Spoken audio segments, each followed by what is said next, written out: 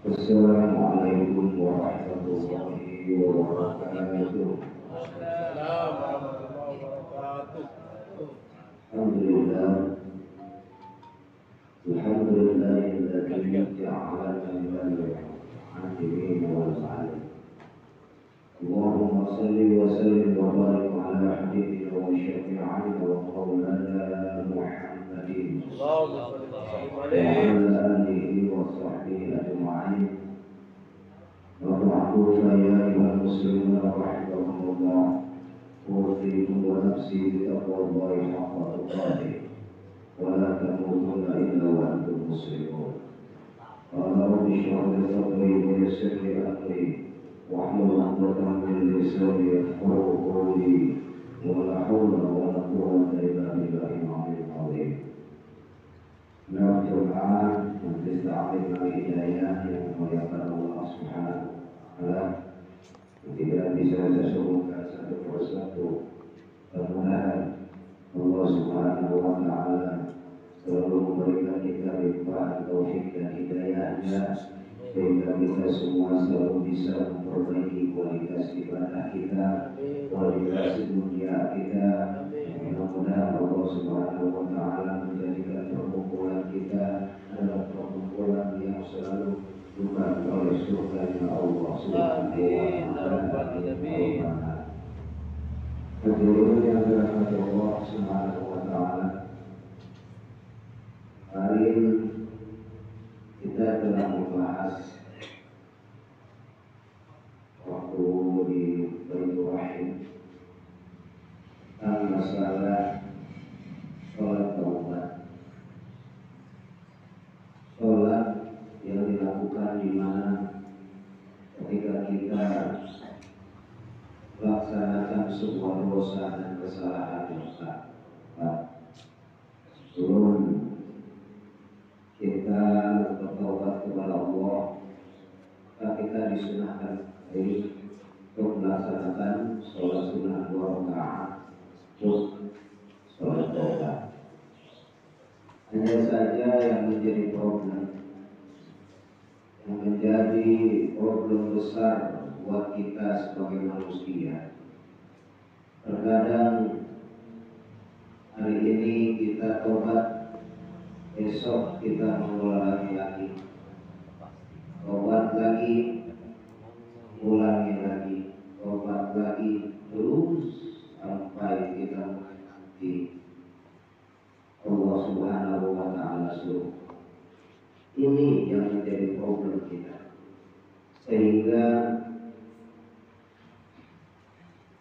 diakui ataupun tidak, kita semuanya pasti akan merasa capek, akan merasa berat, akan merasakan sesuatu yang begitu membebani jiwa. Bahkan terkadang ada orang yang sampai pada titik, buat apa saya tobat kalau misal besok saya dituai. Sampai ada titik orang yang putus asa terhadap rahmatnya Allah Subhanahu wa Ta'ala. Dan bahkan ada juga orang yang mereka ini bertaubat tapi hanya sebatas bibir semata, karena mereka meyakini besok juga saya masih ada. Ini yang menjadi masalah terbesar buat kita, yang padahal dengan adanya dosa yang kita lakukan kepada Allah Subhanahu wa Ta'ala, ini menunjukkan bahwa kita itu adalah hamba yang benar-benar lemah, hamba yang benar-benar tidak memiliki kemampuan sedikit pun untuk menolak kemaksiatan, dan bahkan kita pun tidak memiliki kekuatan secuil pun untuk bisa melaksanakan taat kepada Allah Subhanahu wa Ta'ala. Hanya saja yang harus selalu kita renungkan, kita memohon kepada Allah Subhanahu wa Ta'ala agar selalu diberikan taufik dan hidayah. Tapi terkadang ada rasa malas di hati kita, berat kaki kita untuk melaksanakan amal ibadah. Ini yang harus kita renungkan bersama. Para ulama kita memberikan gambaran ada beberapa penyebab sehingga kita ini terhalang dari taufik. Mungkin kalau hidayah kita semua dapat hidayah, tapi terkadang kita itu terhalang untuk melaksanakan taufik beribadah kepada Allah Subhanahu wa taala. Salah satu penyebab terbesar ketika kita terhalang untuk melaksanakan ibadah sehingga taufik tersebut seolah-olah tidak kita dapatkan adalah berawal dan berasal serta berakar dari maksiat yang kita lakukan. Ketika kita melakukan maksiat, maka disitulah kunci pertama kita tertutup dari taufik yang Allah berikan kepada kita. Terkadang taufik yang tertutup ini ada dua jenisnya. Ini mudah-mudahan bisa kita renungkan ketika kita mulai sedikit rada malas dalam beribadah. Berarti di sini ada pintu taufik yang tertutup oleh kelakuan kita sendiri, yaitu berasal dari kemaksiatan. Ada yang model taufiknya ini ditutup dengan cara kita tidak mampu melaksanakan ketaatan, padahal ketaatan tersebut sudah kita rencanakan. Contoh, kita mau sumbangsih masjid 2.000 paling kecilnya, tapi itu udah kita rencanakan. Pokoknya saya akan menjadi donatur tiap minggu, tiap bulan 2.000. Itu udah kita rencanakan. Tapi ternyata pada saatnya ada aja halangan yang membuat kita itu tidak bisa melaksanakan 2.000 tersebut. Jangan pernah salahkan saya, karena bisa jadi memang ini kelakuan kita. Allah tutup tuh taufiknya. Dengan apa? Sebab dengan maksiat yang kita lakukan. Ini salah satu penyebab yang pertama.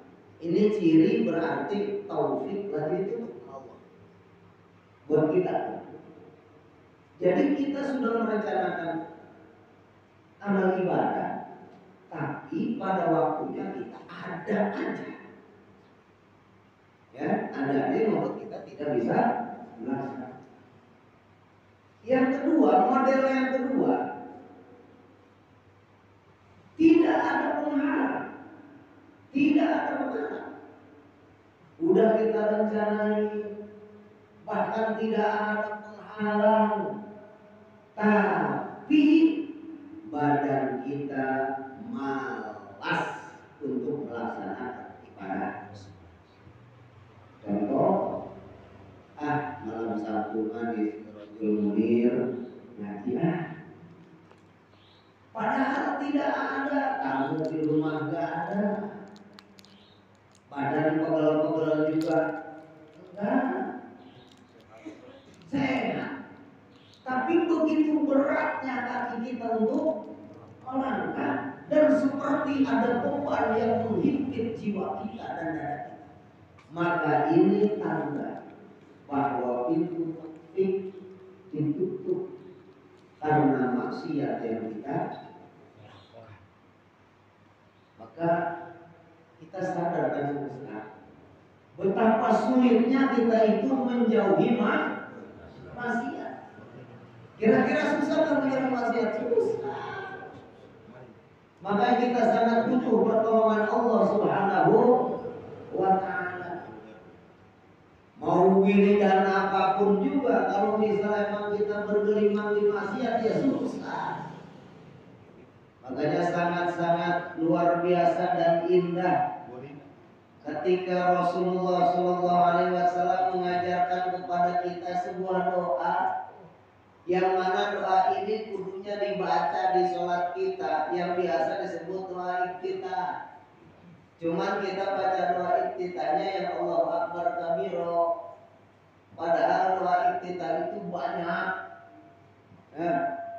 Doa iftitah itu banyak. Salah satu doa iftitah yang jarang kita baca, padahal di situ adalah doa yang mana kita memohon kepada Allah agar kita bisa dijauhkan dari dosa, sebagaimana Allah menjauhkan jarak timur dan barat. Doanya mungkin udah pada bisa semuanya juga, atau memang lupa. Allahumma ba'id baini wa baina khataaya kama ba'adtal masyriq wal maghrib. Itu baca begitu pun udah dianggap doa ya. Kalau kita kan anggap doa kita itu apa? Allahu akbar walhamdulillahi wa subhanallahi bukratan wa asila. Padahal sampai situ pun itu doa kita. Ayat yang lain bukan Allahu akbar kabiro. Ini wajatu wajiyah lillahi fatullah sampai selesai.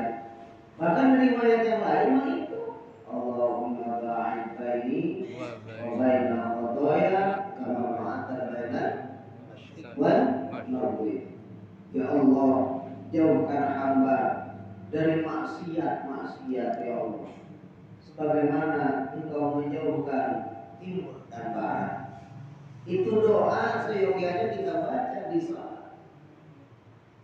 Tapi memang karena kita terbiasanya Allah ya sudah. Tapi betapa indahnya doa tersebut sampai Rasulullah SAW mengajarkan seperti itu. Langsung saya aja yang baca menghindari maksiat itu susah. Mungkin hadirin bisa berkata guru mah enak, cuma di kobo, nggak kemana-mana, nggak melihat cewek cantik, nggak melihat maksiat yang banyak. Hai, jangan salah. Dalam masalah menjalani maksiat kita levelnya beda. Dan Allah pun akan menguji seseorang sesuai dengan makamnya. Kalau misal makamnya masih makom basabi, maka maksiat yang kita lakukan akan ditegur sama Allah tapi nggak keras. Berbeda dengan makamnya makom orang yang udah tajridi, yang diam aja ngajar di kobong. Itu kalau misal ngelakuin maksiat kecil, tegurannya gede. Makanya mendingan jadi kiai apa mendingan jadi orang awam?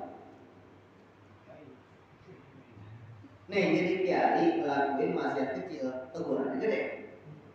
Kalau jadi orang awam ngelaksanain maksiat kecil, tegurannya kecil dan lama, baru ditegur. Kira-kira menjadi kiai atau menjadi orang biasa? Pertanyaannya kan benar nih. Kiai lah. Hah?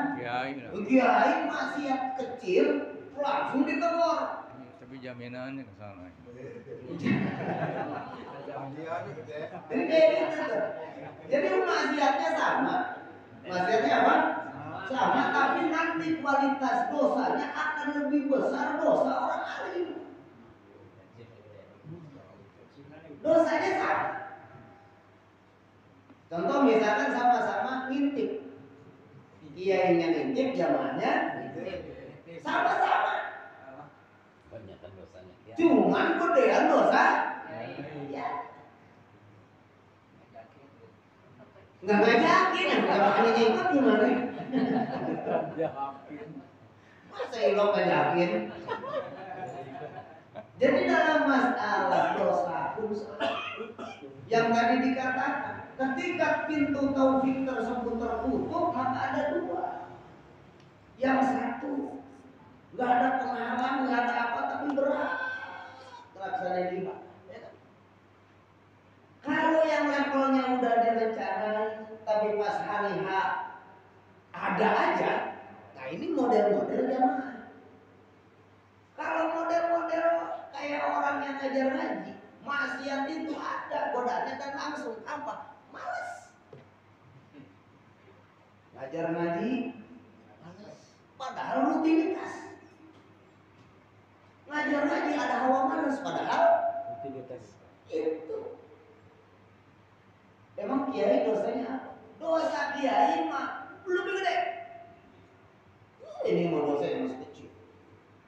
Ya jamaah dosa ya, ceret, halus, dosa halus, cuman sering.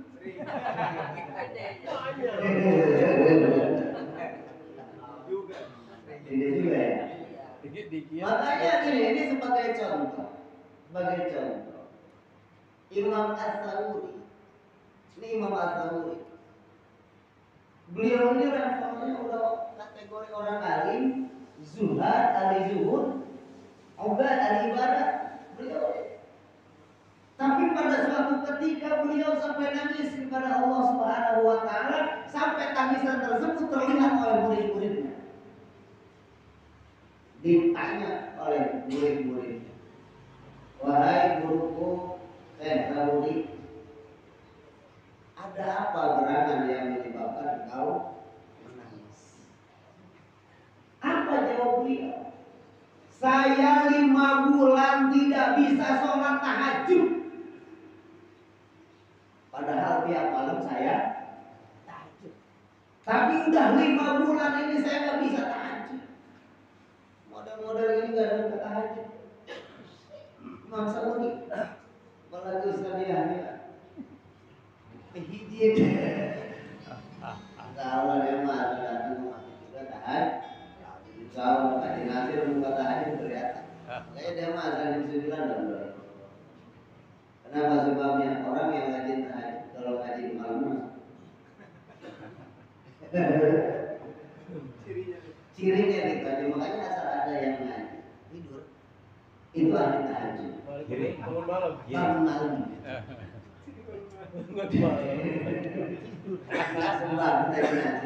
Bangun malam pakai Indomie.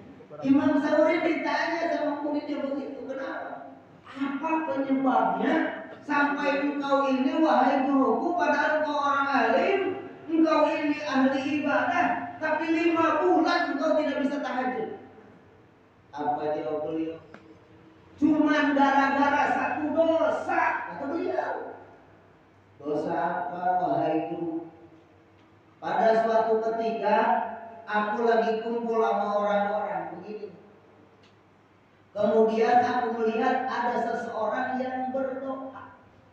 Kemudian orang itu nangis, berdoa sambil nangis. Kemudian terbesit di hatiku, aku tidak hati. Aku berkata di hatiku, orang ini riya. Bayangin coba. Gara-gara sufuzon satu ngelihat orang berdoa apa? Nangis, Allah tutup taufik nggak bisa tahajud gimana? Bayangin diri kita kayak gimana? Ibrahim tahajud nangis lagu gitu. Udah kita mau gimana? Yang jelek dibagus, yang bagus diomongin. Lagu. Coba Imam Sawuri 5 bulan nggak tahajud gara-gara itu sekali. Cuma ngeliat ngedoa orang nangis, dia terbesit di hatinya. Riak tuh orang itu. Riak tuh dia.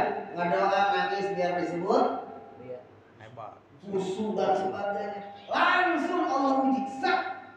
Tegur lagi. Ditegur. Beda levelnya. Kalau kita nggak buru-buru ditegur sama Allah, kenapa levelnya? Cetek cuma sekali yang dikasih, gede, nggak keturunan.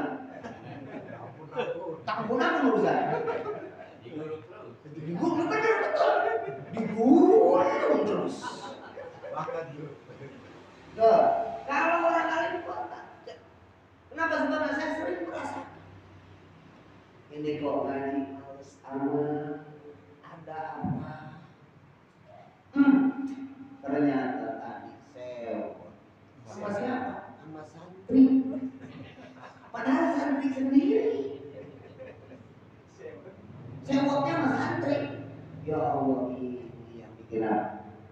Males. Padahal udah duduk, udah di meja, udah siap. Kita udah disiapin. Istighfar dulu. Ada kopinya. Istighfar dulu baru. La haula wala quwwata illa billah.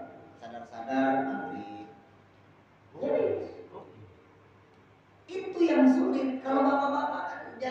orang Allah. Jadi biasa teh habis ngegibah ya biasa aja. Ini biasa aja, cuma ketika udah ditumpuk percis tadi RW bilang digulung sama berjeli. Serius, saya sering habis ngaji, kok kepala buyang, kenapa? Diri ya Allah, tadi ada sombong. Apa sombongnya? Saya udah ngejelasin ke santri sampai 3 kali, itu santri masih merotot saya. Agak paham-paham. Dalam hati terbesit apa? Sampai saya tanya jelas nggak surahan? Jelas. Dikasih contoh, ditulis pula, mereka tetap paham-paham tapi mata melotot. Bingung itu kan kita paham. Akhirnya apa saya ngomong? Bentuknya motivasi tapi di situ terselip kesombongan. Bentuknya motivasi ke santri. Allah hati-hati nih. Ini hati-hati. Saya sendiri yang pernah ngalamin soalnya. Bentuknya motivasi tapi ternyata ada sombong di situ. Mana contoh? Saya mah dulu waktu pesantren, guru ngejelasin sekali saya langsung paham kan. Saya nggak pernah yang namanya habis ngaji saya taruh tuh kitab, pasti saya mutolaah lagi, baru saya tidur. Itu kan bentuknya motivasi. Motivasi. Tapi ternyata di situ ada Sombong, ngeri. Oh ini yang bikin saya pusing. Istighfar. Itu kayak begitu.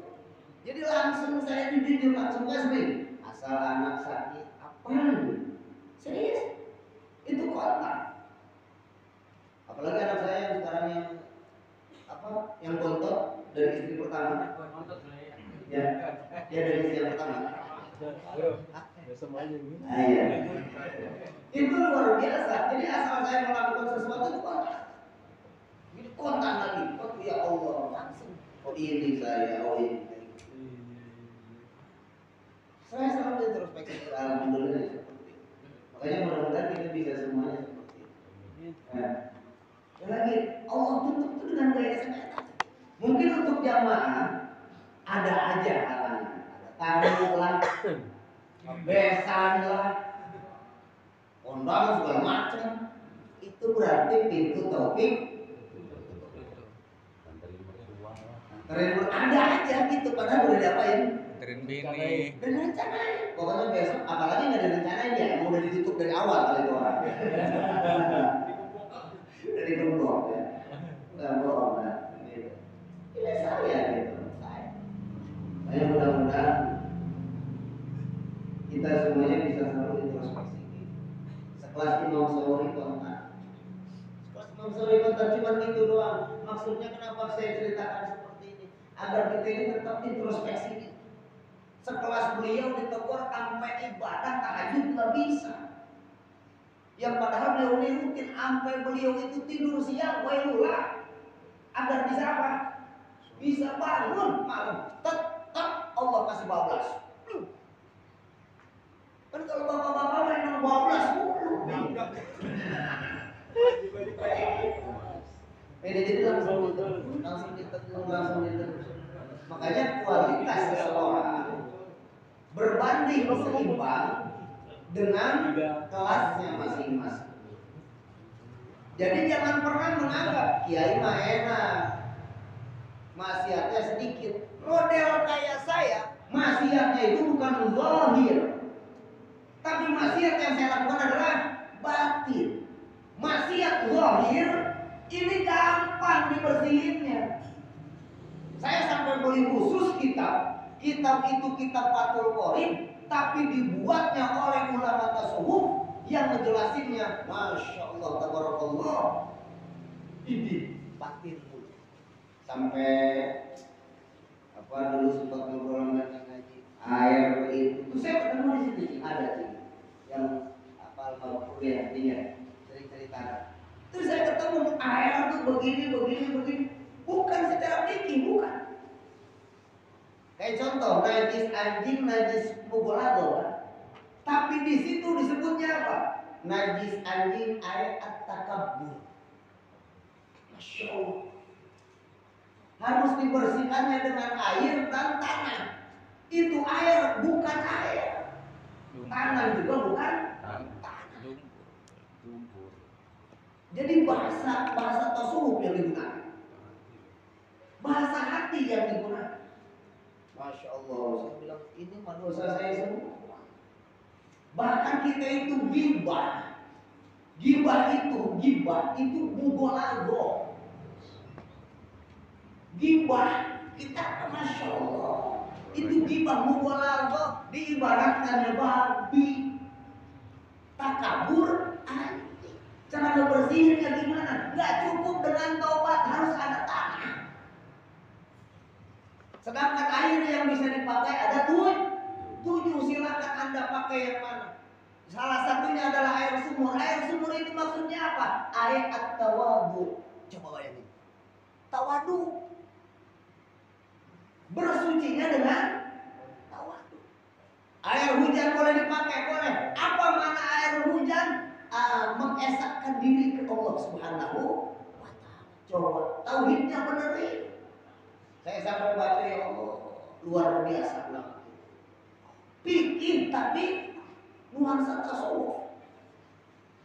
Ya, bisa tidak begitu? Mudah-mudahan kelasnya beda kita, Masya Allah. Apalagi model dosa batin itu dosa yang sulit dibersihin. Mohon maaf. Kalau misal kita mukul orang, gampang gak minta maaf? Gampang, karena emang ada bekasnya. Betul tidak? Telepon, maaf ya, saya tadi nampar kamu. Ada bekasnya? Ada. Tapi jajal dosa batin. Ria, takabur, sombong, terlebih mikirin yang bukan urusan kita. Itu termasuk mubalaghah yang sulit untuk dibersihin. Nggak cukup dengan astagfirullah, nggak cukup.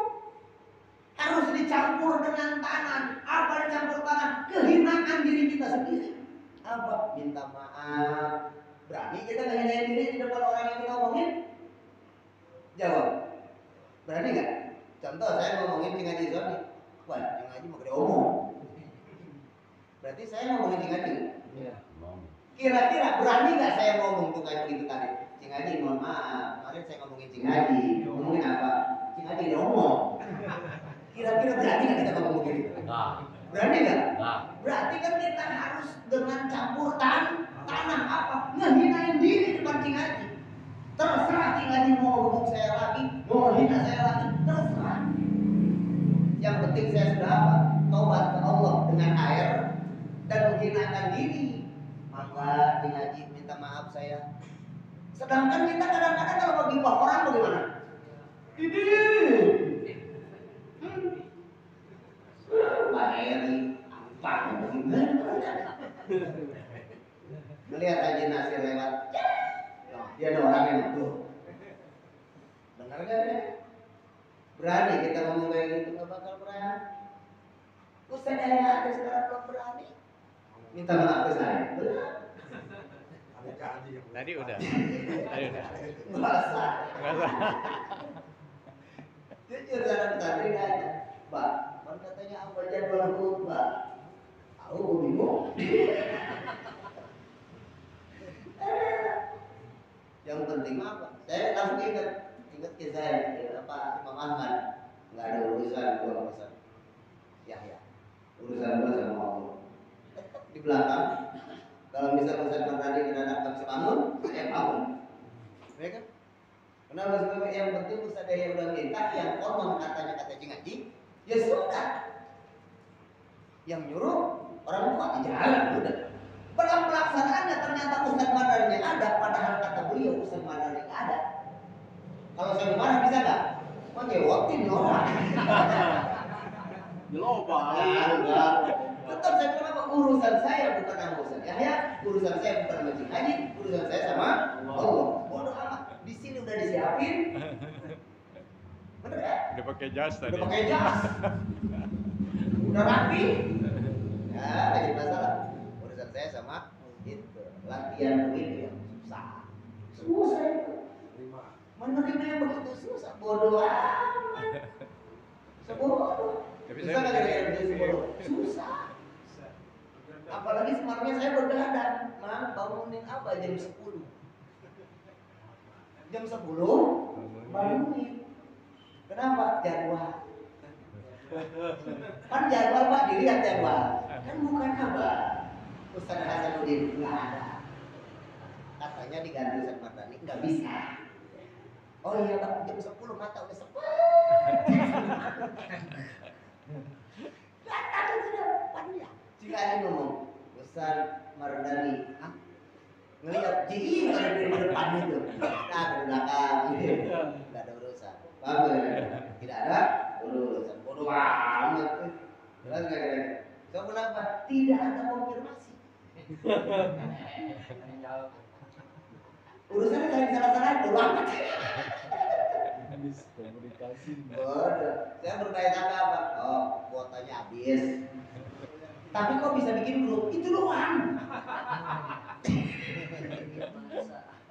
Kayak jadi masalah bohong itu bercanda jangan diambil. Urusan saya nggak ada urusan sama urusan saya.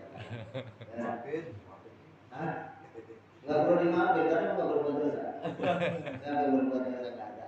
Ya, nggak ada yang berbuat dosa. Nah itu. Jadi salah satu caranya itu ya taubatan nasuh. Yang sulit itu. Makanya selain daripada sholat taubat, kita pun diajarkan oleh ulama-ulama untuk melaksanakan sholat tasbih. Jangan kita ngaji malam hari ini. Kita ngaji nih. Tasbih. Sholat apa? Tasbih. Sholat tasbih. Bahkan di dalam Minhajul Qawim, di dalam kitab Minhajul Qawim ini disebutkan bahwasanya Imam Tajuddin As-Subki beliau dahulu kata beliau la yasma'u bi'aqdi fadliha wa yatrukuha illa mutahawwinun. Imam As-Subki beliau menyatakan bahwa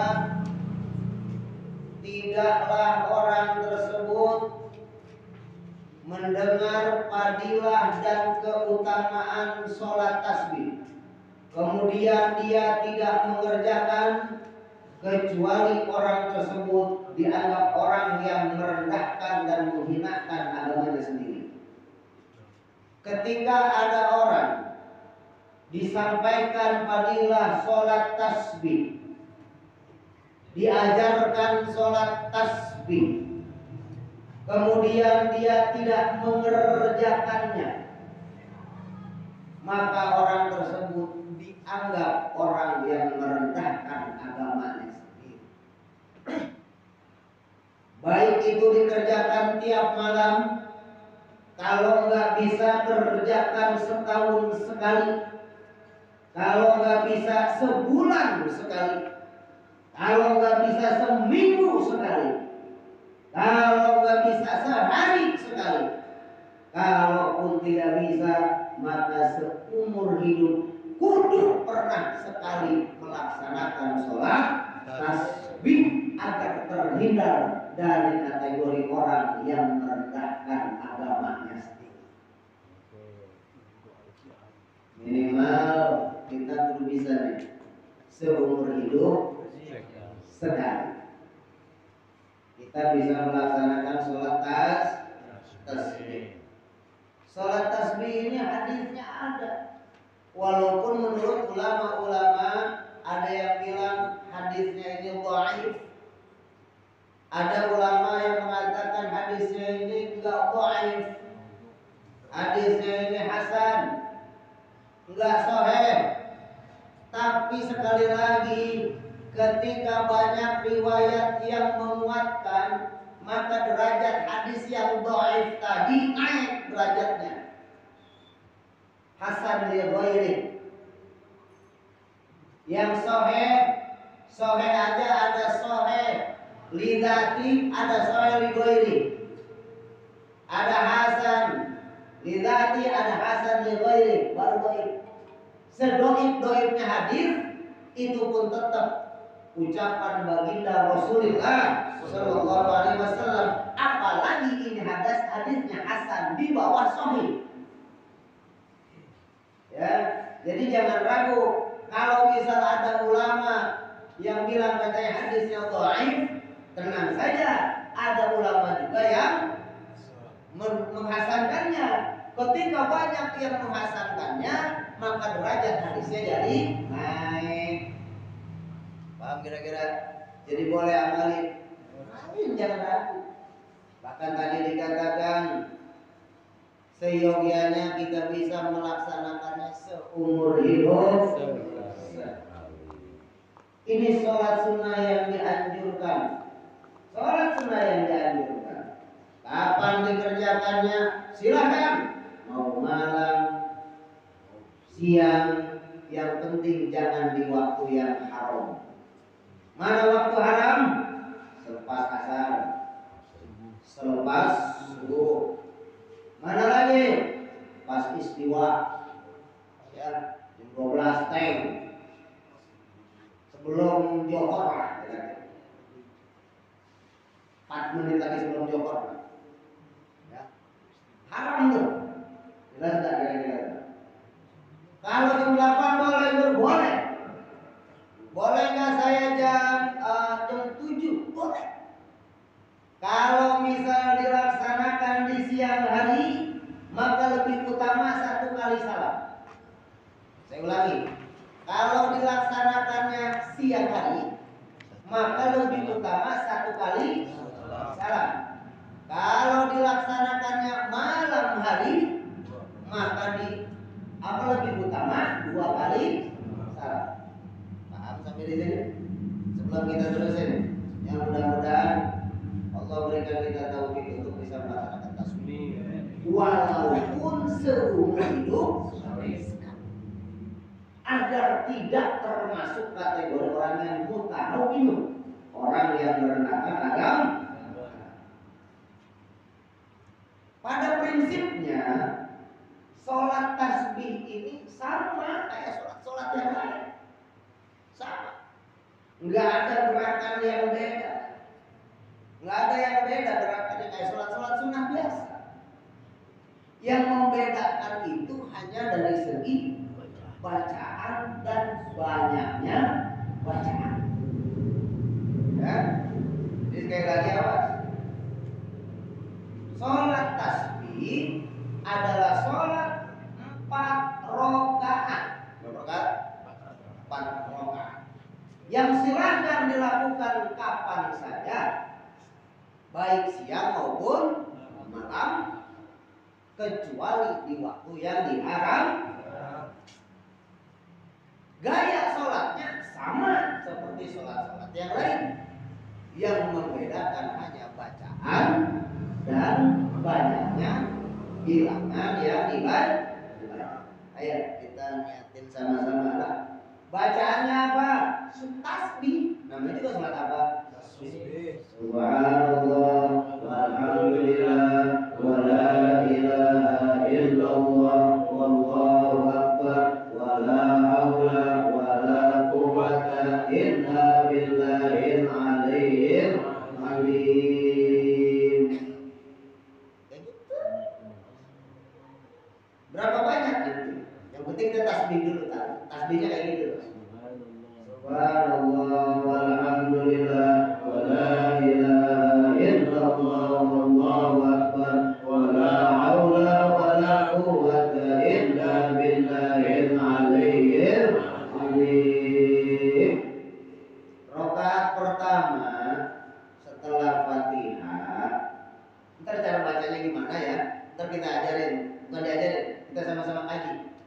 Ya. Yang penting kita sekarang ngejelasin sholatnya dulu. Jadi rakaat pertama setelah Fatihah membaca At-Takatsur. Al-Haakumut Takatsur. Rakaat pertama. Rakaat kedua setelah Fatihah baca Al-Asr wal Asri. Rakaat kedua setelah apa? Iya. Rakaat ketiga setelah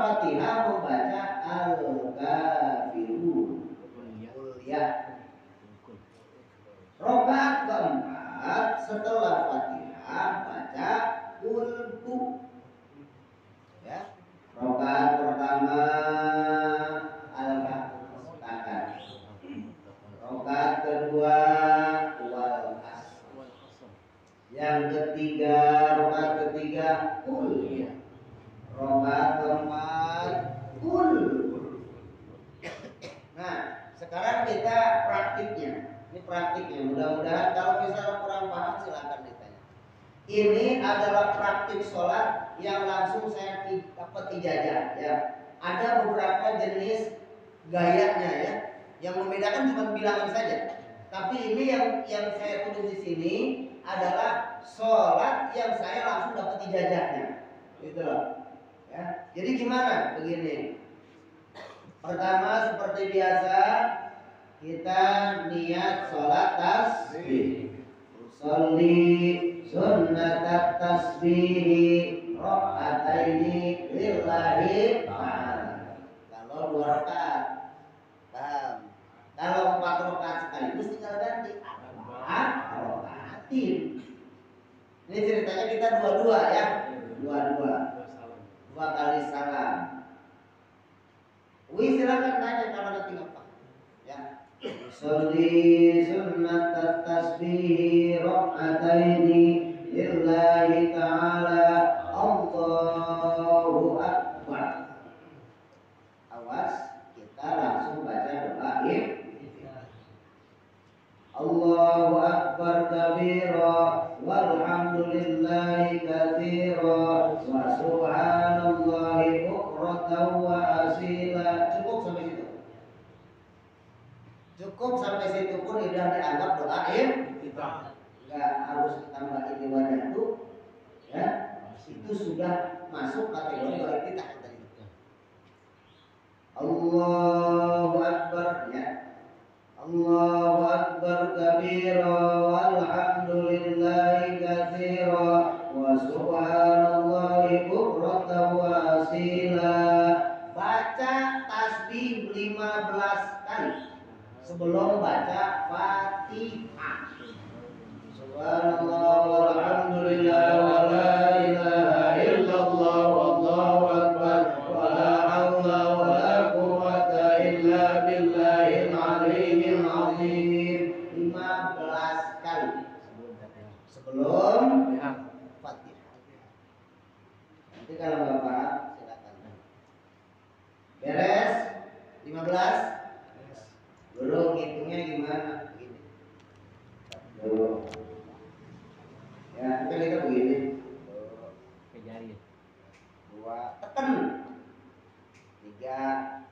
Takutnya ngitungnya lupa. Kan kalau ditekan mah. 4. Yang mendem berarti itu ya. 5. Ntar kan udah pendem nih. Buka. 6. 7. Ya cuman jangan dibuka semua, ntar begini. Ntar pendemin lagi. Paham gak kira-kira? Berarti jumlahnya 15. Beres. Bismillahirrahmanirrahim. Selesai. Ghairil maghdubi alaihim waladdallin. Rabbighfirli. Amin. Baca apa? Al-Qunut. Paham? Beres sebelum ruku. Saya sambil berdiri, mohon maaf ya. Jadi tadi kita kan sholli sunat tasbih Allahu akbar. Allahu akbar kabira walhamdulillah katsira ya. Kemudian subhanallah walhamdulillah wa la ilaha illallah wallahu akbar wa la haula wa la quwwata illa billahil aliyyil azim. Dengar dulu gini. Ya. Kemudian 15 ya. 15. Walaupun amin. Baca apa? At-takatsur. Sebelum ruku tasbih lagi berapa? 10. Subhanallah walhamdulillah wa la ilaha illallah wallahu akbar wa la haula wa la quwwata illa billahil aliyyil azim. Berapa? 10. Paham? Kemudian Allahu akbar. Ngapain? Ruku. Ya. Subhanallah walhamdulillah wa la ilaha illallah wallahu akbar. Berapa? 10. 10. Subhanallah walhamdulillah wa la ilaha illallah. Nah, sami Allahu liman hamida rabbana lakal hamdu. Subhanallah walhamdulillah wa la ilaha illallah wallahu akbar wa la haula wa la quwwata illa billahil azim. Berapa? 10 35. Oh sudah 35. Asia. Paham ya? begini. Awas, kalau tangan kita nggak mau diem, kan ada orang tua sambil kita begini aja. Kayak jalan gitu. Iya. Lenggang. Apalagi begini aja. Itu kan lebih baik diginiin. Iya. Dakep. Dakepin lagi. Cuman jangan lupa ntar aja balik lagi Fatihah. Kendel. Allah, liman hamidah, subhanallah walhamdulillah. Bismillahirrahmanirrahim. Kapan beres? Ini 11 10 tuh. Subhanallah liman hamidah, rabbana lakal hamd. Dalam i'tidal baca 10. Kemudian biasa Sujud. Allahu Akbar, baca tasbih 10 di sujud pertama. Ya. Wala haula wala quwwata illa billahil aliyyil azim. Duduk di antara dua sujud.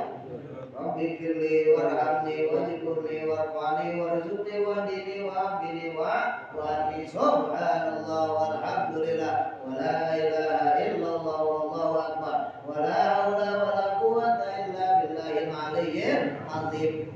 10. Ya. Sujud lagi yang kedua. Allahu akbar. Subhanallah walhamdulillah wa la ilaha illallah wallahu akbar wa la haula wa la quwwata illa billahil aliyyil azim. Berapa? Beres sujud kedua berdiri. Allahu akbar. Ini rakaat berapa? 2. Nah, apa yang rakaat pertama? Dari muka meyakinkan. Ya rakaat pertamanya udah kebayang? Nah, pasti udah kebayang ya. Kalau cerdas lah. Subhanallah.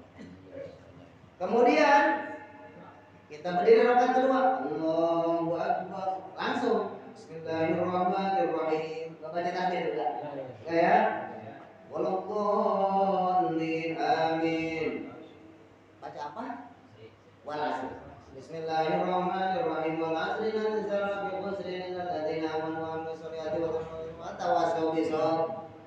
Sebelum ruku tasbih 15 kali. Berapa? Saya mah dapatnya guru sebelum Fatihah tadi. Nah itu tadi saya bilang, ngerti nggak kira-kira nih? Ini mas yang saya dapat ijazah. Jelas nggak kira-kira? Nah, jadi ada yang di awal, ada yang di akhir. Jangan diributin. Sama aja. Cuman kudu jelas sanadnya ke siapa. Enggak, saya mah dapat kedengeran. Sanad kedengeran. Kalau sanad ke saya, berarti abisin dulu Fatihah, wal asri, sebelum ruku baca 15. Baca berapa? 15. Alhamdulillah wa la ilaha illallah wallahu akbar wa la haula wa la quwwata illa billahil aliyyil azim. 5. Baru dah kita apain? Allahu akbar, apain? Ruku. Berapa ruku bacaannya? 10. Tadi 10 sama. sama. Sami Allahu liman hamidah, Rabbana lakal hamdu. Berapa? 10. Subhanallah walhamdulillah 10. Beres ruku. Beres kita sujud. Allahu akbar. Sujud pertama. Berapa tasbihnya? 10. Beres. Allahu akbar. Duduk di antara dua. Berapa? 10. Catat. Kemudian kita ngapain lagi? Sujud kedua. Baca apa? Tasbih lagi berapa? 10. Beres. Baca tasbih 10. Duduk tasyahud akhir. Kan 2 rakaat. Ya, ini tasyahud akhir. Nah, sebelum baca at-tahiyatul, sebelum baca at-tahiyatul mubarakatus, sebelum baca itu, kita baca tasbih dulu berapa? 10. Sebelum baca at-tahiyat, sebelum baca at-tahiyat itu baca tasbih dulu. Berapa banyak? 10. Baru dah kita tuh baca tahiyat sampai selesai. Misalkan selesai cuma Allahumma sholli ala sayyidina Muhammad wa ala ali sayyidina Muhammad. Emang mampunya segitu bisa. Jangan dulu. Lagi. Sebelum salam ada bacaan. Nah bacaannya ini saya awal-awal nggak tahu ini bacaan dari mana. Ya diterima aja namanya dari guru. Tapi seiring perjalanan saya temukan bacaan yang dikasih ini di dalam kitab Manahijul Imdad karya Syekh Ihsan Jampes sendiri yang mana masih berbentuk manuskrip tulisan tangan beliau. Masih tulisan tangan dan itu saya punya. Dan itu langsung diijazahkan dari cicit anak keturunan Syekh Ihsan Jampes sendiri dan itu saya beli. Namanya itu benar dicetak tapi masih tulisan ini. Bukan komputer, bukan. Iya. Nah, ada di rumah. Dan saya periksa ya Allah ada di situ. Karya Syekh Ihsan Jampes. Ih, tulisannya rapi. Itu kayak rapi, Masya Allah. Tulisan tangan, persis kayak tulisan Yahya. Apa bacaan sebelum salam? Jadi kan kita tadi udah Allahumma sholli ala sayyidina Muhammad wa ala ali sayyidina Muhammad. Sebelum salam, Allahumma inni as'aluka taufiq ahlil huda wa amalan lil khair wa munasihata ahlit taubah wa azma lil khair wa jidda lil khasyah wa qalaba lil rabbah wa ta'abbud lil wara' wa irfan lil ilmi hatta akhafak.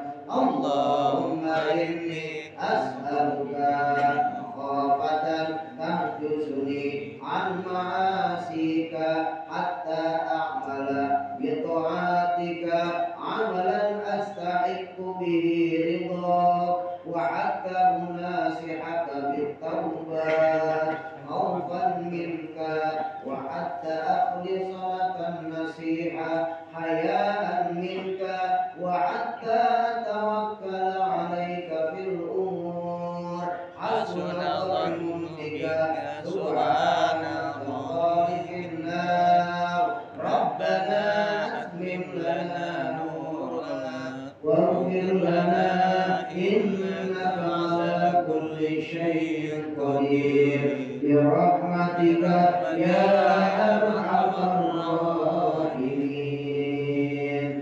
Assalamualaikum warahmatullahi.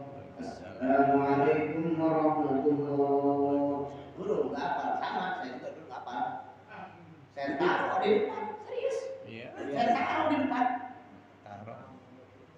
Jadi jangan beralasan guru panjang. Saya juga sama mau ngomong panjang mah. Baterai. Oh, baterainya genit. Kenapa? Terus guru tuh enggak ada baterainya. Jadi tidak ada kita itu beralasan guru panjang. Panjang. Guru ngapalin juga puyeng. Taruh depan. Hurufnya kecil-kecil. Hah? Hurufnya kecil-kecil. Gedein. Banyak alasan. Tinggal potong cekrek, masukin ke laptop, zoom nama laptop ukuran A4 ke F4 ke godain sudah ada 2 jadi nggak ada alasan.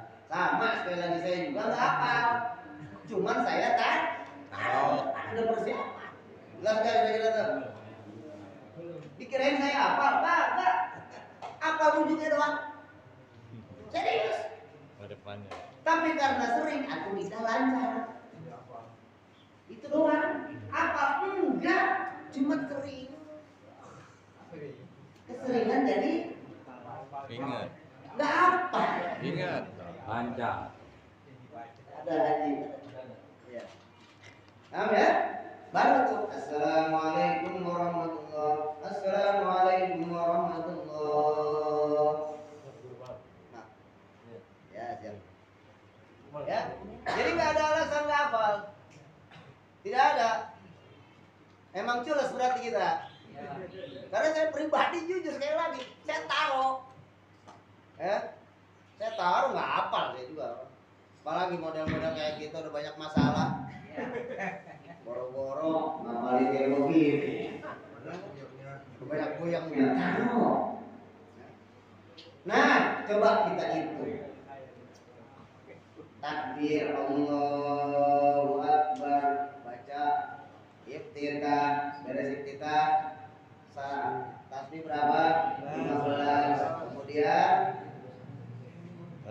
Kemudian baca Fatihah, baca surah At-Takatsur.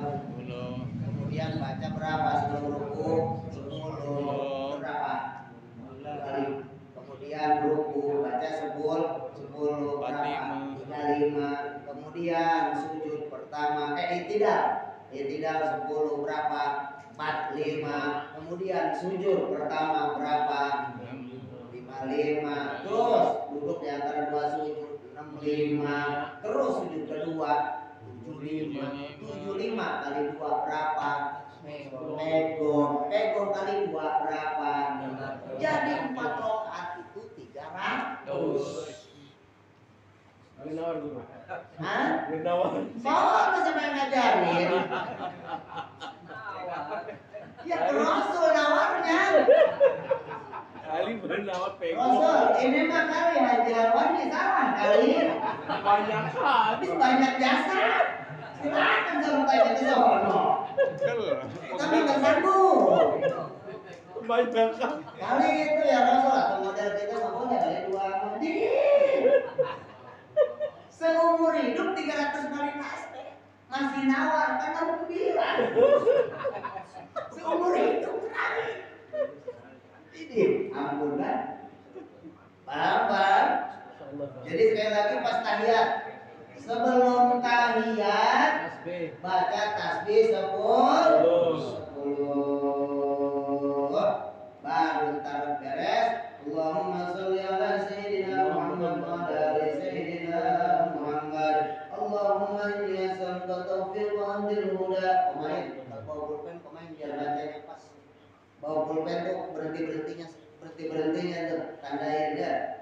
Allahumma inni as'aluka taufiq wa amdil huda wa a'mala amdil yaqin wa munasihata amdil taubah wa azma amdil sabri wa jidda amdil khasyah wa talaba amdil rabbah wa ta'abbuda amdil wara' wa irfana amdil ilmi hatta akhafak. Allahumma inni as'aluka makhafak tanjuzuni an ma'asika hatta a'mala bi ta'atika amalan astahiqu bihi ridhak wa hatta unasihaka bit taubah khawfan minka wa hatta akhlisu laka bin nasiha hayaan minka wa hatta atawakkala alayka fil umur hasbunallahu bika subhana khaliqin nar rabbana aslim lana nurana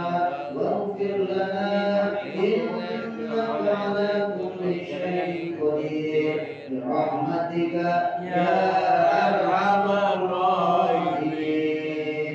Assalamualaikum warahmatullahi. Assalamualaikum warahmatullahi. Lakukan itu di 2 rakaat selanjutnya. Paham? Paham belum? Jadi jumlahnya sama, bacaannya sama. Yang membedakan nanti rakaat ketiga bacaan sunnahnya. Setelah Fatihah baca Qul ya. Setelah di rakaat keempat setelah Fatihah baca Qul. Udah gitu. Bahwa baca sama, tasbihnya sama. Tasbihnya apa? Sama. Kemudian setelah salam baca doa ini 5 kali. Ini mah udah pada hafal sebab sering dibaca di mana? Di sholat tarawih. Mana? Ya Allah, ya Rahman, ya Rahim, ya Hayyu, ya Qayyum, ya Dzal Jalali wal Ikram, ya Dzal Taqwa wal Maghfirah, ya Dzakirat Dzakirin, tub alaina taubatan nasuha, wa zidni bi fadli rahmatika nuran wa nuran ya arhamar rahimin.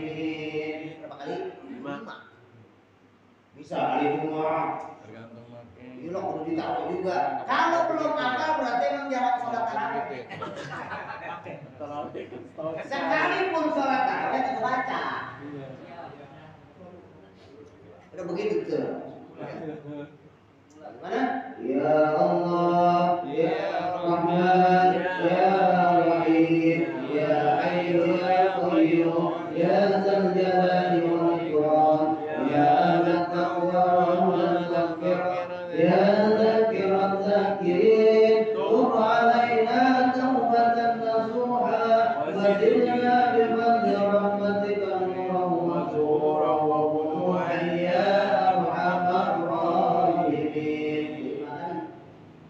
Makanya ketika saya nikah, kemudian ikut sholat witir di sholat tarawih di sini, saya kaget. Karena di kampung nggak dibaca ini mah. Di kampung saya dari pesantren-pesantren yang saya ini, ya nulis ilmu di pesantren itu, saya nggak nemuin bacaan apa sholat tarawih ada ini gitu. Ketemunya di sini. Makanya ketika datang saya udah kaget. Kenapa? Mirip sholat tasbih.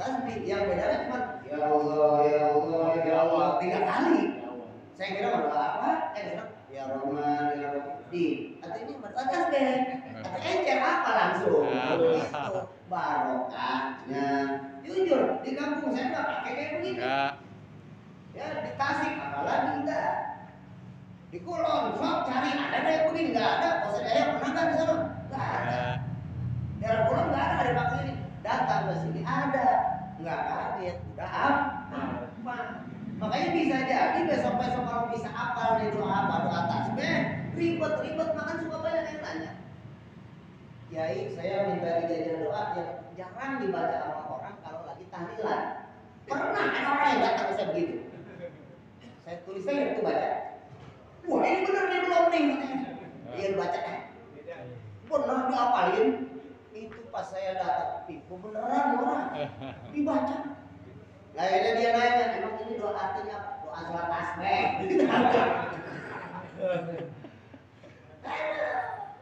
Luar biasa tuh ya. Jadi emang model orang ada yang begitu, yang nyolatin. Itu minta doa ke saya. Kalau saya kan doa emang kadang-kadang saya itu khusus. Dulu kan Pak saya pernah nanya kan, ya iya saya baru bener pakai kayak gitu. Iya, emang saya itu orang yang milih-milih. Kalau hati saya begitu saya khususin. Jadi beda doanya. Kalau dia kan boleh dengarkan sampai nyolek, boleh dulu ijazah. Dia masa yang aneh ijazah. Belum diturunin itu. Ya. Jadi itu saya mau. Tapi kalau udah biasa ya udah sekedar udah Allah maghfir lahu warhamhu Allah selesai ya Allah udah jangan siksa ya Allah ya udah gitu. Ya selesai. Ya kalau pakai bahasa Indonesia kan begitu doang. Ya Allah dengan keagungan nabimu, dengan ayat-ayat qadimu, dengan mukjizat para nabi, karamahnya para wali, ya Allah ampunin dosa dia, jangan siksa ya, please warhamhu ya Allah, masukin dia ke surga. Sama saya juga dengan lupa Robbana atina fid dunya hasanah, jadi bukan amplopnya sama saya. Yang kedua ngapain doa banyak-banyak, kasihan sunnahnya mayit segera dikubur. Ini doa apa Ustaz ada 10 dibaca semua Ustaz. Doanya Allah maghfir lahu juga. Berdoa ada 10. Ya. Tapi kalau tinggalnya malah jangan saya kenapa cuma gitu banyak. Itu sampai lu bagi amplop enak. Gurung keras. Oh iya benar. Jamaahnya banyak. Makanya jujur kaget saya di sini doang. Saya di sini doang ngedoa kagak berhenti. Iya. Kalau nyolatin di kampung udah dari imam yang ngedoa, imam yang mimpin, imam yang musyahadah. Saya batasan toer yang udah busur. Selesai santri keluar, ada beras di luar, bawa teng-teng. Iya, bener kan di Kulon begitu Pak? Di pesantren begitu. Jadi yang ngedoa, yang mimpin sholat imam, yang ngedoa imam, yang musyahadah imam. Kita cuma koer sama amin. Pulang bawa teng-teng. Kalau diteng-tengin, kalau mayitnya orang kaya. Ya kalau yang laksana ya. Ikhlas saya Dibari. itu begitu ya. Tapi jangan begitu. Ada emang ada begitu itu ya terus laksanain. Mungkin itu bagus kok, bagus kalau ada ya, kalau nggak ada jangan maksain ya. Ya bisa dipahami ya kira-kira ya.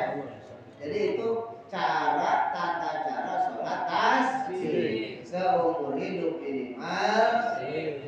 Dan mohon maaf yang bawa bukunya tolong diedit. Saya tadi melihat lagi, saya baca lagi ada yang di hadisnya itu salah, tolong dikurungi di 3 baris ya.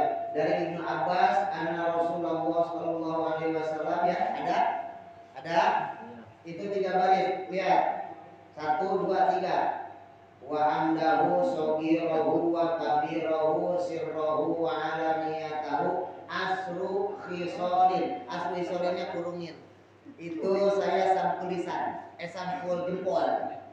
Ya, udah ada di atas saya tulis lagi. Asru khisolin di baris ketiga. Ada kurungin ya. Berarti itu salah. Ada Pak? Ada enggak? Ulangi, tuh ini barisnya ya. Qata'ahu wa amdahu sogirahu wa kabirahu sirrahu wa alaniyatahu asru khisolin. Itu yang kurungin, buletin ya, karena di atas sudah ada, kalau di atas saya tertulis lagi ampura ya, ya jelas ya. Kemudian di terjemahnya juga sama, 1, 2, 3, 4, 5, 6, 7. Itu baris ketiga ada 1, 2, 3, 4, 5, 6, 7. ya. Perhatikan dosa yang rahasia dan terang-terangan ada 10 macam. Itu asli solid 10 macam diapain? Jelas nggak kira-kira? Jadi saya cek ulang, ternyata emang saya salah. Nah itulah fungsinya kenapa ketika saya itu selalu, ketika saya begini nih sebelum saya ngaji pasti saya mutolaah. Karena guru, saya masih ingat pesan guru, murid yang sombong, kiai sombong, ngaji nggak mutolaah. Ngerasa diri udah masuk di otaknya. Bahkan sampai dikatakan sepintar-pintarnya kamu, udah ada di otak kamu, kalau mau ngaji kudu mutolaah. Jelas nggak kira-kira? Jadi asal saya sebelum ngaji itu saya punya waktu maghrib ke isya. Waktu walaupun di kokong ya, kan ngaji isya nih. Itu maghrib isya saatnya saya mutolaah. Ada tamu, bapak bakal saya urusin. Kenapa? Intarnya saya ngaji. Kecuali tamunya beda. Kecuali tamunya beda. Yang lagi. Ya. Jadi udah dikurungin udah? Nah itu dia. Ya. Paham ya? Jadi hadisnya. Kenapa jangan dicoret guru? Coret aja sekalian guru. Kalau dicoret nggak punya adab. Karena bisa jadi itu teh Anda tidak suka. Tapi kalau dikurungin, ngerti nggak kira-kira? Bisa jadi memang benar. Cuman di kitab saya yang salah. Paham nggak kira-kira? Makanya lebih baik diapain? Dikurung saja, jangan dicoret. Ya. Jadi sebagai tanda bahwa itu teh sabkul jempol, sabkul kolam, kelebihan. Ya, kelebihan. Jelas. Paham ya? Nah, bisa dipahami? Nah, itu dia. Jadi saya tuliskan juga karena sholat tasbih ini dulu pernah saya beradu argumen dengan seseorang, tidak saya sebutkan namanya. Dan alhamdulillah orang tersebut sekarang sudah taslim. Awal kenapa sholat tasbih ini saya sampai masukkan hadisnya ini, sampai takhrijul hadisnya juga saya masukkan.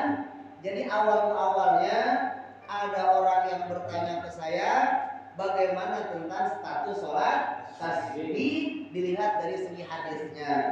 Maka setelah pertemuan itu saya sama dia berargumen, walhasil dia mengatakan bahwa hadis sholat tasbih ini dhaif, tapi saya bilang ini tidak dhaif, tapi menjadi naik derajatnya karena banyak ulama-ulama yang menyokong. Nah, dia hanya memasukkan ulama yang disitu, lihat ada ulama yang melemahkan, itulah yang dimasukin sama dia. Jadi dia cuma pakai 3 di halaman 199 Nah,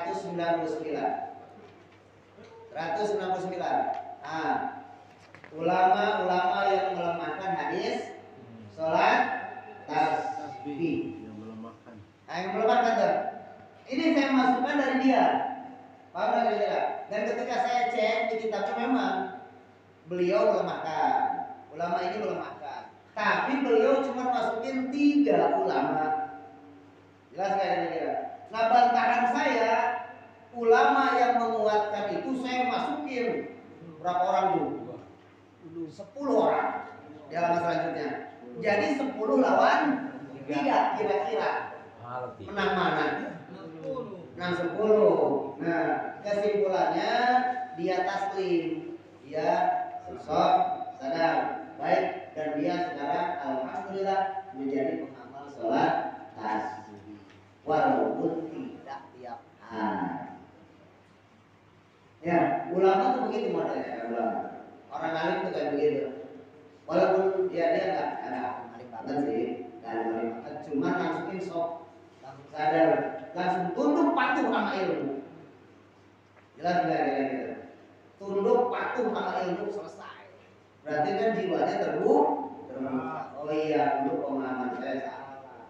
Menganggap sholat ini hadisnya lemah, bahkan maudhu, palsu. Ya begitu mantapnya.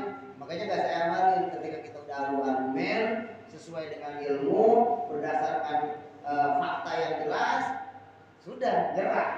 Nah, ini dia mengakui bahwa derajat hadis sholat tasbih soheh li ghairi, bukan soheh li dzati. Kalau soheh li dzati itu kebanyakan Imam Bukhari, Muslim soheh li dzati. Artinya apa? Sanadnya kuat udah. Kalau soheh li ghairi, hadisnya ini hasan tapi naik karena banyak yang mendukung. Tadinya mah dia nggak diunggulin, tapi karena banyak riwayat yang mirip, akhirnya jadi naik. Jadi naiknya ini bukan karena dirinya sendiri, tapi disokong oleh orang lain. Nah, itu ya. Makanya hadisnya ini hadis soheh li ghairi. Kalau soheh kira-kira bagaimana? Soheh mau apa? Naik jadinya boleh. Ya. Sholat tasbih hukumnya sunnah, bukan wajib. Karena ada orang yang beranggapan saking kudu dilaksanakan seumur hidup sekali, dianggapnya wajib. Padahal tetap hukumnya sunnah. Jangan menganggap kudu wajib, berarti kan? Tapi seyogianya seumur hidup sekali laksanain. Wayahnya aja. Wayahnya, ini mau wayahnya. Masa Allahnya sih. Pakai nawar, kayak Lukman mah. Bohong amat. Ngaku Nabi Muhammad terlalu. Cara sholat tasbihnya diserahkan untuk masing-masing guru sesuai dengan sanadnya. Nah, ini sanad saya terima dari guru-guru saya, pelaksanaan seperti itu, tata caranya seperti itu. Andai mau melaksanakan seperti apa yang saya tuliskan dan saya dapatkan dari ijazah, maka saya persilakan dan saya ijazahkan ulang. Mudah-mudahan bermanfaat buat kita semuanya, bermanfaat buat anak turunan kita, dan mudah-mudahan menjadi tanda sebagai ilmu yang bermanfaat. Ajaztukum lillahi ta'ala kama ajazani syaikhi ajaztukum lillahi ta'ala. Nah, sholat tasbih ini boleh 4 rakaat, boleh 2 rakaat. Kalau siang lebih utama 4 sekali salam. Kalau malam hari lebih utama 2 kali salam. Ya, 2. Silakan. Kalau misalkan hadirin ada yang ijazahnya beda, atau enggak? Ini mas sekali lagi saya berani karena saya memiliki sanad, baik itu sanad keilmuan dan sanad pengijazahan. Ya, insya Allah enggak bakal nyasar. Kalau tuh misalkan ini nyasar, tinggal hadirin ke saya. Saya tidak ke guru saya untuk urusan. Kenapa sebabnya? Lawang beliau udah mengijazakan dan saya setorkan ulang, benar nggak kayak begini? Kata beliau, benar. Ya sudah. Ngomong apa lagi? Jadi kalau salah kata Allah salah misalkan. Kalau Wani salah, kamu ngajarin salah. Tenang dulu, guru saya siapa pojok urusannya? Guru salah ini. Dia kata guru, ente yang salah. Ya udah itu pasrah. Ya, jelas kira-kira. Tapi insya Allah kata guru ini sesuai. Ya, jadi silakan mau yang mana pakai, mau yang saya tadi jajakan silakan, mau katanya guru yang lain silakan. Ya, tapi sekali lagi ini hukumnya sunnah. Cuman walaupun sunnah wajib. Tadi kata Imam Subki apa? Orang yang tidak melaksanakan sholat tasbih padahal dia sudah mendengar fadilah dan keutamaannya, kemudian dia mengerjakan, maka orang itu dianggap apa? Muta'awwil fiddin, orang yang merendahkan agama. Ya, sekian yang bisa saya sampaikan. Mudah-mudahan saja kita bermanfaat kali ini. Kalau ada yang mau bertanya maka silakan, atau ada yang kurang dipahami maka silakan kita rembukan. Mudah-mudahan kita bisa bertemu kembali di Mushola Nurul Sofiyah di Setiong Laksono. Ya, semoga Allah berikan kita taufik dan hidayahnya. Mudah-mudahan kita semuanya bisa terus istiqomah di jalan Allah Subhanahu wa taala. Dan Allah wa ajmain. Assalamualaikum warahmatullahi wabarakatuh. Waalaikumsalam warahmatullahi wabarakatuh.